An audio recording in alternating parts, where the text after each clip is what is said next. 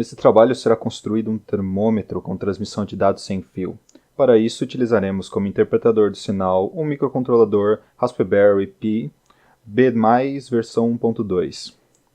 Neste primeiro vídeo, trataremos de como a informação chega no Raspi. Para isso, construiremos um circuito que transforma o sinal DC em um sinal PWM. Este é o nosso circuito do conversor analógico digital PWM. Nós utilizamos para a geração da onda PWM um amplificador operacional LM324 e nós aplicamos a entrada não inversora dele um sinal de onda triangular de frequência de 250 Hz e tensão de pico de 5 volts, e a entrada não inversora dele aplicamos o sinal de tensão que nós queremos converter para digital. Nessa configuração comparadora do amplificador, nós temos que quando a entrada não inversora dele for aplicada uma tensão superior à tensão aplicada à entrada não inversora dele, ele irá saturar no valor de tensão positivo de alimentação, que no caso é 5 volts, e quando a entrada não inversora for inferior à tensão da entrada inversora, ele irá saturar, só que agora no valor da alimentação negativa dele, que está conectada ao terra.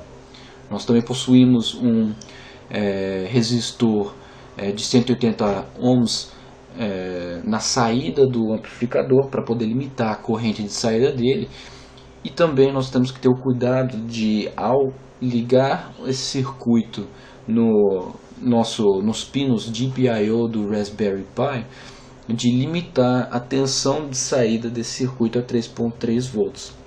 E para tanto nós colocamos um diodo assinalado por D1, um diodo Zener com tensão Zener de 3.3 volts.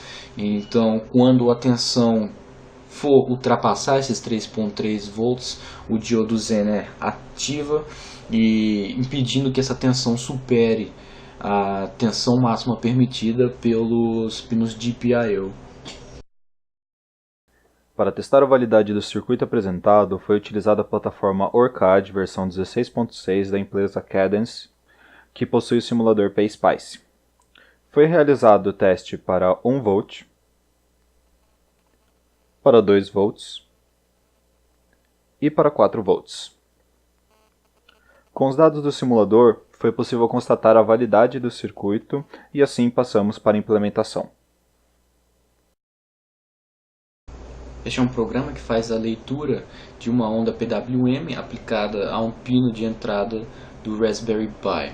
Nós estamos utilizando a biblioteca WiringPy, que auxilia o acesso dos pinos GPIO do Raspberry Pi, e nós escolhemos o pino de entrada 1, como definido pela biblioteca WiringPy, o que corresponde ao pino 12 do cabeçalho de pinos GPIO da placa do Raspberry Pi.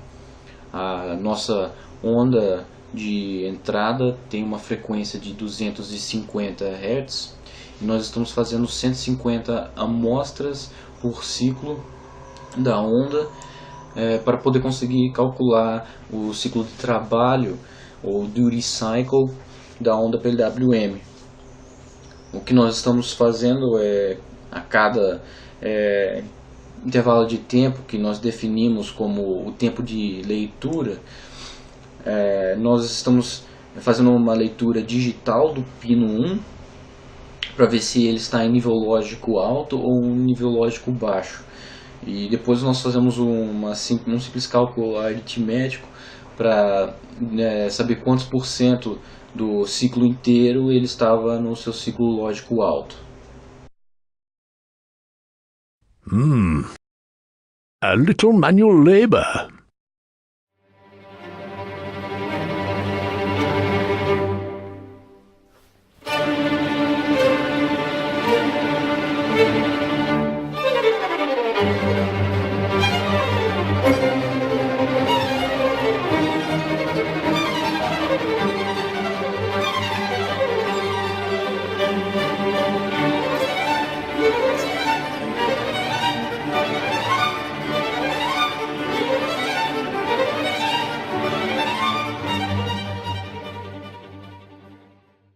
Agora, com o circuito do conversor analógico digital montado sobre a placa perfurada, nós testamos o funcionamento do mesmo.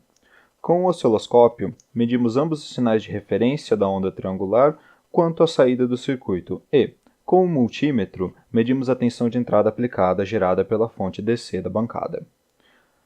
Para o valor de tensão de 25% do teto, obtivemos o seguinte formato de onda. Para 50% e para 80%.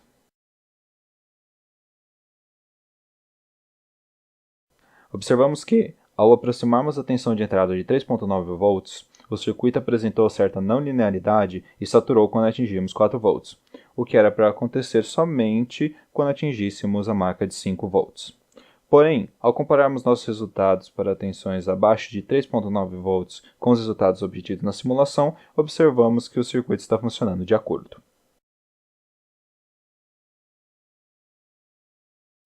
Agora, utilizando o mesmo arranjo de instrumentos de medição, conectamos o microcontrolador ao circuito e rodamos o programa de medições.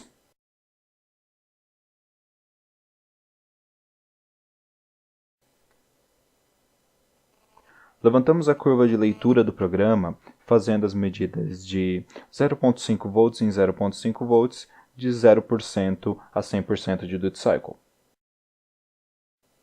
Observamos neste gráfico a não linearidade que havíamos anteriormente constatado. Comparando com as medidas aferidas pelo microcontrolador com aquelas do osciloscópio, levantamos a seguinte curva de erro relativo entre as medidas.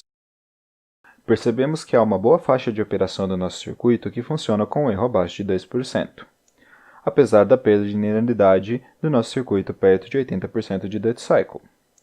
Porém, raramente o nosso circuito deverá operar nessa faixa, quando entregado com o termistor responsável pela leitura da temperatura. No próximo vídeo será implementado o circuito do sensor de temperatura, que usará o conversor analógico digital desenvolvido nesse vídeo como interface de comunicação com o Raspberry Pi.